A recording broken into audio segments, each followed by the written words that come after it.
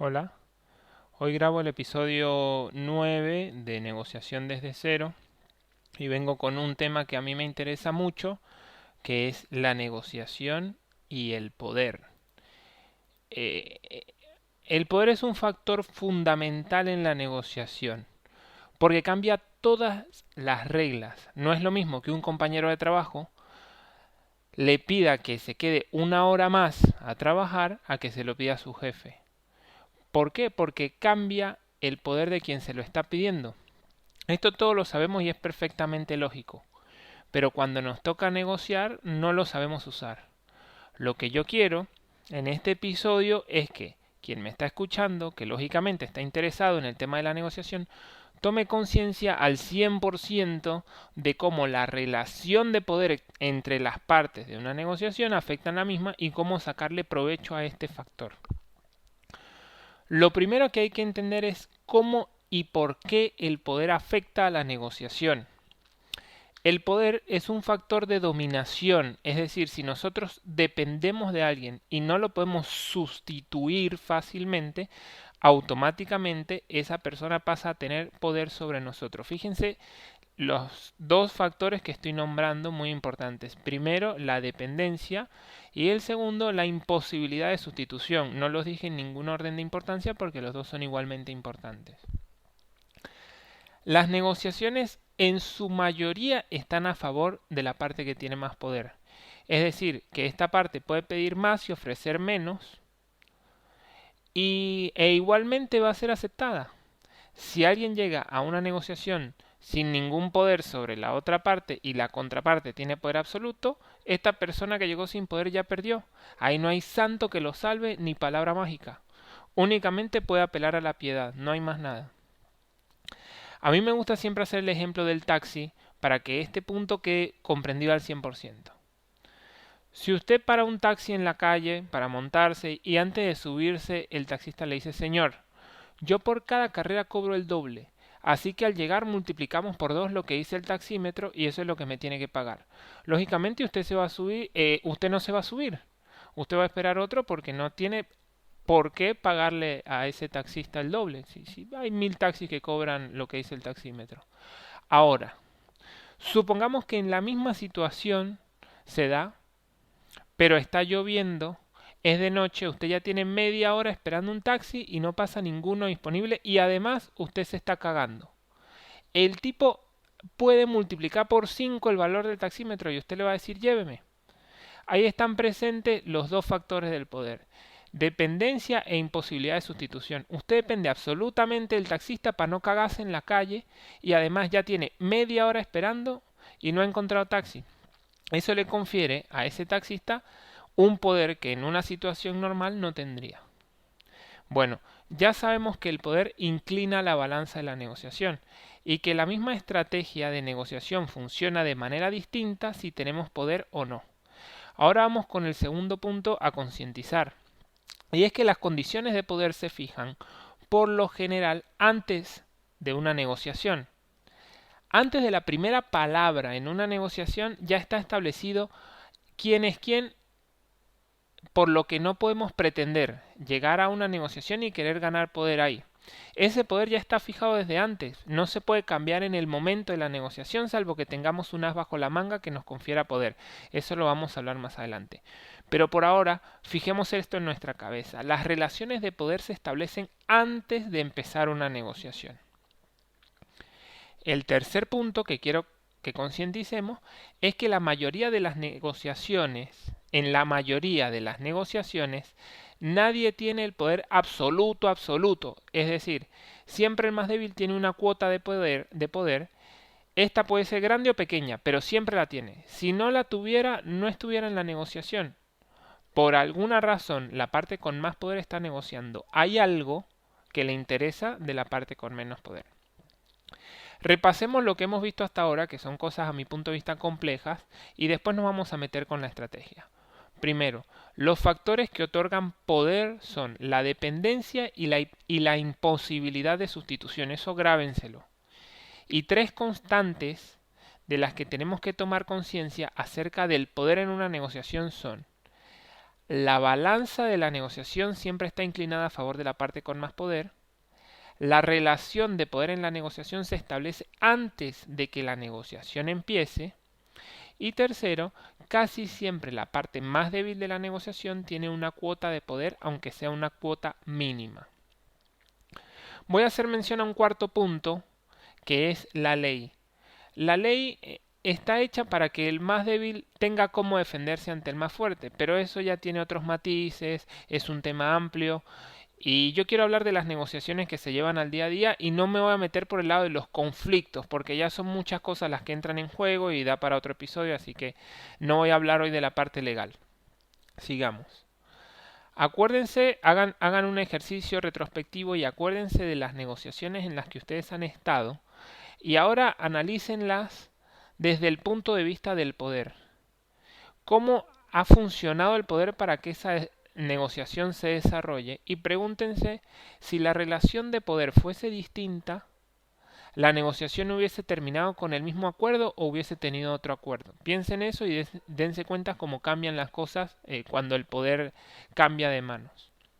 Ahora vamos a... Bueno, eso se los dejo de tarea para que lo hagan después, así nosotros seguimos. Vamos ahora a la parte de la estrategia. ¿Cómo ajustar todo este tema del poder a nuestro favor? ¿Cómo pasarlo a nuestro lado?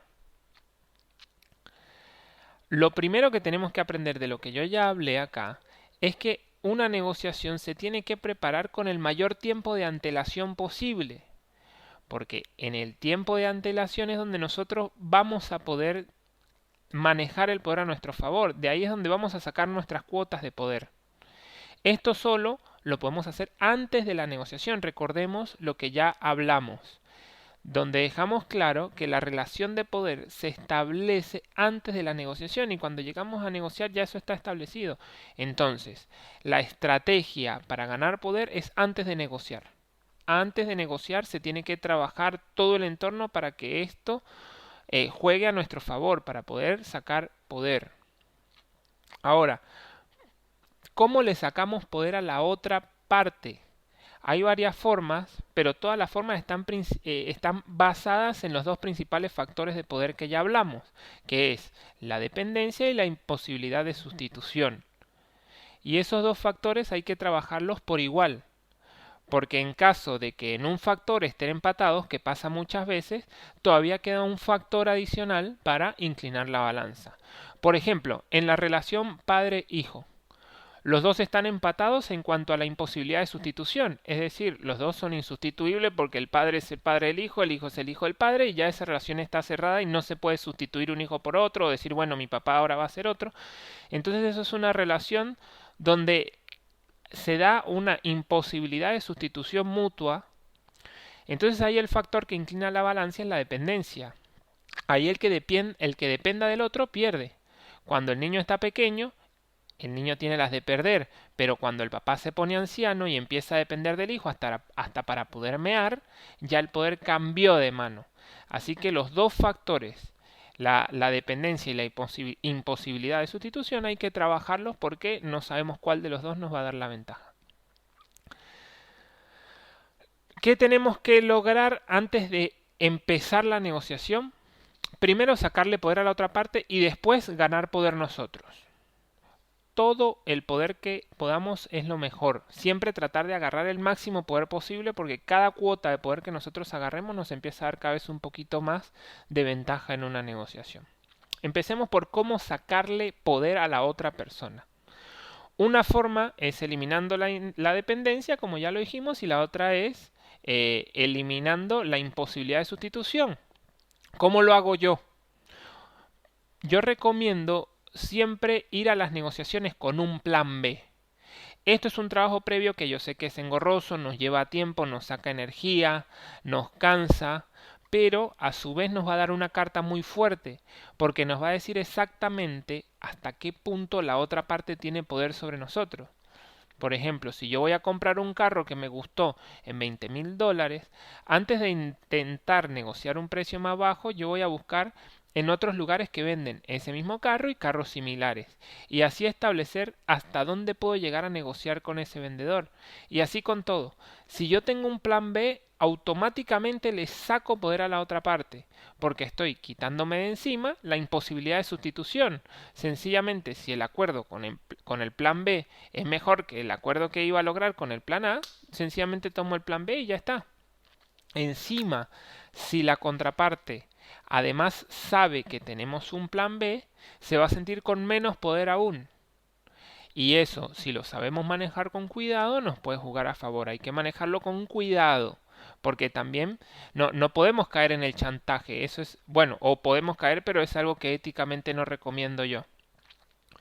Otra manera de quitarle poder a la contraparte es eliminar la dependencia, y la mejor manera de hacerlo es nunca aceptar de la otra parte algo regalado o a cambio de nada, o ni un favor, no aceptar una cortesía, nada de eso, porque aceptar algo a cambio de nada nos hace débiles. Yo tengo el ejemplo del caso de mi mamá. Cuando yo era pequeño vivía en un pequeño pueblo llamado El Vigía. Mi mamá trabajaba mucho, era madre soltera y tenía siempre que dejarme con niñeras cuando se iba a trabajar.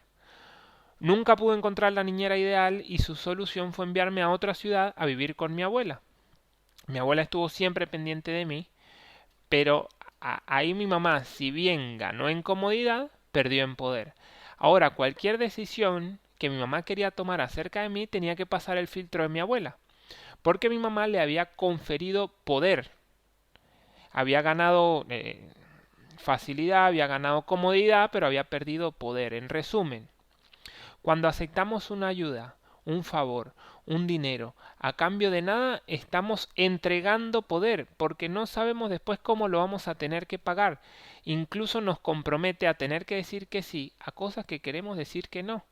Si vamos a negociar con alguien, tenemos que estar seguros de no deberle nada o deberle lo menos posible, porque si estamos en deuda de algún tipo ya no tenemos el mismo poder. Ya sabemos cómo sacarle poder a la contraparte. Ahora vamos a ver cómo darnos nosotros mismos poder, cómo conferirnos poder. Vamos a trabajar los mismos factores, la dependencia y la imposibilidad de sustitución. No hay otros factores para agarrar poder. Pero ahora la vamos a usar a nuestro favor. Primero hicimos cómo quitarnos la dependencia encima, y para nosotros ganar poder les voy a explicar cómo hacer que el otro dependa de nosotros, ¿sí? Cómo aumentar la dependencia. A ver, una manera de aumentar la dependencia de la contraparte, es decir, que la otra contraparte dependa de nosotros, es primero entender, a ver, primero que nada, si la otra parte está negociando con nosotros, ya hay algo que a esa parte le interesa de nosotros para que esa parte pueda lograr su objetivo. O sea, tienen que saber cuál es el objetivo de la otra parte y qué parte de ese engranaje formamos nosotros que hace que la otra parte esté hablando con nosotros para lograr su objetivo. ¿Qué necesita de nosotros? Entonces tenemos que tomar conciencia de qué exactamente es lo que necesitan de nosotros. Nos tenemos que dar cuenta de qué papel jugamos en los objetivos de nuestra contraparte. Y esa parte que nosotros somos, tenemos que enfocarnos en aumentarla, en aumentar nuestra parte del engranaje. Por ejemplo, si nuestro fuerte es que somos personas confiables y nos logramos dar cuenta de que la otra parte nos necesita a nosotros principalmente por un tema de confianza, nosotros debemos afianzarnos en la confianza. Es decir, demostrarle a la otra parte, darle señales antes de la negociación que demuestren que esa persona puede confiar en nosotros plenamente y utilizar cada oportunidad y cada momento antes de la negociación para acrecentar la confianza. Cada vez dar más razones para que esa persona confíe en nosotros.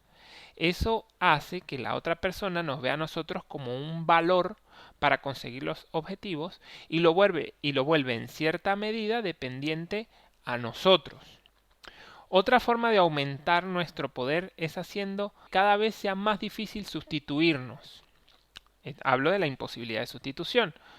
Esto se logra primero desarrollando maneras únicas y más eficientes de hacer las cosas que nuestra contraparte necesita de nosotros, y guardando esa información únicamente para nosotros. No hay nada malo en ser egoístas con nuestros métodos, porque no se los robamos a nadie, y cada quien puede tener su know-how. Por ejemplo, si yo trabajo como vendedor de una empresa, antes de negociar un aumento de sueldo, yo debo esforzarme en ser el mejor vendedor. Debo desarrollar mis propias técnicas de venta y no se las debo decir ni a mis compañeros ni a mi jefe. Que nadie sepa cómo hago yo exactamente para vender lo que vendo. Ese debe ser mi secreto más preciado. En este caso, si yo voy después a negociar un aumento con mi jefe, no me van a poder dar como excusa que los demás vendedores ganan lo mismo, porque en este caso no voy a ser igual que los demás vendedores. Nuestro know-how es nuestro y no debemos compartirlo con nadie a menos que obtengamos un beneficio de hacerlo. Quiero que les quede bien claro que no estoy hablando de nada sucio ni antiético. Estoy hablando de cuidar nuestro conocimiento para usarlo a nuestro favor como una carta al momento de negociar, para que no seamos fáciles de sustituir. Hasta aquí viene la parte estratégica y ahora voy a concluir el capítulo con una historia que me tocó vivir con respecto a la negociación y el poder. Esta historia me hizo entender mucho del contenido que les dije anteriormente. Cuando yo trabajaba en una empresa de venta de muebles de oficina, yo entré como vendedor a través de Mercado Libre. La empresa quiso desarrollar un canal de ventas que fue el de Mercado Libre, pero no tenían nada desarrollado y a mí me tocó empezar a introducir los muebles que ellos ya vendían a través de la plataforma de Mercado Libre, pero no tenían las imágenes, no tenían los productos que querían mostrar, nada. Yo tuve que empezar haciendo las imágenes, como diseñador las modelé, las rendericé, las subí a Mercado Libre y para poder modelarlas yo tuve que ver, medir y aprender cada parte de los muebles que yo tenía que vender. En ese momento yo supe cómo estaba conformado un mueble. Yo empiezo a vender por Mercado Libre, se va el diseñador de la empresa y a mí me pasan de vender en Mercado Libre a diseñar. Cuando yo paso a diseñar, yo ya tenía la posibilidad de hacer mejoras en el producto porque yo ya me sabía las piezas porque me había tocado modelarlas y también en cierta manera me había tocado hacer venta, aunque no había hecho venta cara a cara, había hecho venta electrónica. Entonces yo más o menos ya tenía una noción de qué era lo que le interesaba al cliente, de cómo estaban construidos los productos y pude pasar a diseñar. Cuando yo paso a ser diseñador, en algún momento empezaron a faltar vendedores por cualquier razón. Faltaba a veces un vendedor, faltaba a veces un vendedor en otra sucursal o en la sucursal donde yo trabajaba, y yo con el conocimiento que ya tenía del producto, con el conocimiento que ya tenía de la venta de Mercado Libre, yo los podía sustituir. Y a mí, mis jefes me decían: Simón, tienes que ir hoy a sustituir a un vendedor, y yo salía de mi zona de confort de diseño para sustituir a un vendedor. Entonces yo podía ya hacer un trabajo de ventas, podía también hacer un trabajo de diseñador, podía también hacer un trabajo de vendedor a través de Mercado Libre y tenía una manera de manejarme en la empresa más o menos integral. A todo esto, cuando empieza a faltar un vendedor, yo empiezo a sustituirlo todo el día, el 100% del tiempo, me convierto en un vendedor más de la empresa, ponen a otra persona a diseñar, ponen a otra persona en Mercado Libre, pero yo ya podía hacer todo eso. Ahora cuando empezaban a faltar los armadores, yo como ya conocía el producto, lo había diseñado, lo vendía, podía ir a armar. Al cabo de un tiempo en la empresa, yo podía vender, diseñar, armar muebles, podía comprar piezas y yo podía, gracias a todas las sustituciones que yo había hecho y que yo había tenido que decir que sí, y que me incomodaba hacer y decir que sí a todo, pero no tenía más opción, no sabía negociar, estaba muy nuevo y mi única opción era decir que sí, yo ya podía suplir a cualquier trabajador de la empresa y yo sabía cómo se manejaban todas las etapas del mueble desde que entraban las piezas a la fábrica hasta que se entregaban en el cliente. Ninguno de mis compañeros habría aceptado ser diseñador y después ser vendedor y después ser armador. Yo lo acepté porque estaba empezando, no sabía negociar, dije que sí y no lo hice sabiendo la herramienta que yo estaba ganando. Para mí yo era un tonto y me estaban sacando mucho provecho, me estaban explotando sin yo obtener nada a cambio. Cuando pasa el tiempo y los jefes, los dueños, quieren desligarse un poco de la empresa, tenían que poner a un supervisor. Y no podían poner de supervisor a una persona que no conociese todos los departamentos de la empresa, y la única persona que tenía la posibilidad de ser supervisor, ya que conocía completamente todos los pasos que llevaba un mueble desde que entraba hasta que se entregaba, era yo. Y yo pasé de sentirme el más tonto a verme como la persona ideal para el puesto de supervisor. En el momento que me lo plantean, me dicen, te queremos pasar como supervisor. Pero no hablaron nada del sueldo, simplemente me dijeron, bueno, te pasamos a ser supervisor ahora. Yo obviamente lo iba a aceptar, pero bueno, yo no sabía cómo negociar y me dieron la oportunidad de pensarlo. Y cuando vine a casa me puse a reflexionar, a pensar, y claro, me empiezo a dar cuenta que ellos de cierta manera se hicieron dependientes de mí y que no era muy fácil sustituirme porque tenían que buscar a alguien que conociera exactamente cómo se llevaban a cabo todos los pasos de la empresa, y me convertí en alguien insustituible y del cual ellos dependían. Eso me confería a mí la posibilidad de negociar un sueldo distinto. Y automáticamente al otro día fui a aceptar el puesto solo con la condición de tener un aumento de sueldo que les propuse en ese momento, y no tuvieron más opción, les guste o no, que decir que sí, porque yo me había convertido en indispensable para ellos. Ellos no me podían sustituir y bueno, yo no fui con un plan B porque no busqué otra empresa donde yo pudiera hacer lo mismo, pero bueno, no era tampoco yo quien iba a negociar, no tenía el tiempo y yo simplemente fui sabiendo que yo era indispensable, y tener la certeza de que yo era indispensable para ellos me dio la posibilidad de hablar con confianza. Y esto pasó así, me volví supervisor de la empresa. Y bueno, todo ese momento en el que yo estuve haciendo todas las suplencias en la empresa fueron como cartas que yo fui guardando previas a la negociación y que me las jugué cuando tenía que negociar el puesto. Y así se puede dar en muchos casos, así que les digo, sepan aprovechar cuando alguna tienen algún, sepan aprovechar cuando la vida les da la oportunidad de ganar cartas para negociar en un futuro. Sépanlas ganar, guardar y sepan utilizarlas cuando es el momento de utilizarlas. Hasta acá les dejo este episodio. Espero que les sea de ayuda, y si tienen algún comentario me lo pueden mandar a dddedo.simonperez@gmail.com, di.simonperez@gmail.com, o me pueden escribir al +54 911 6427 0352.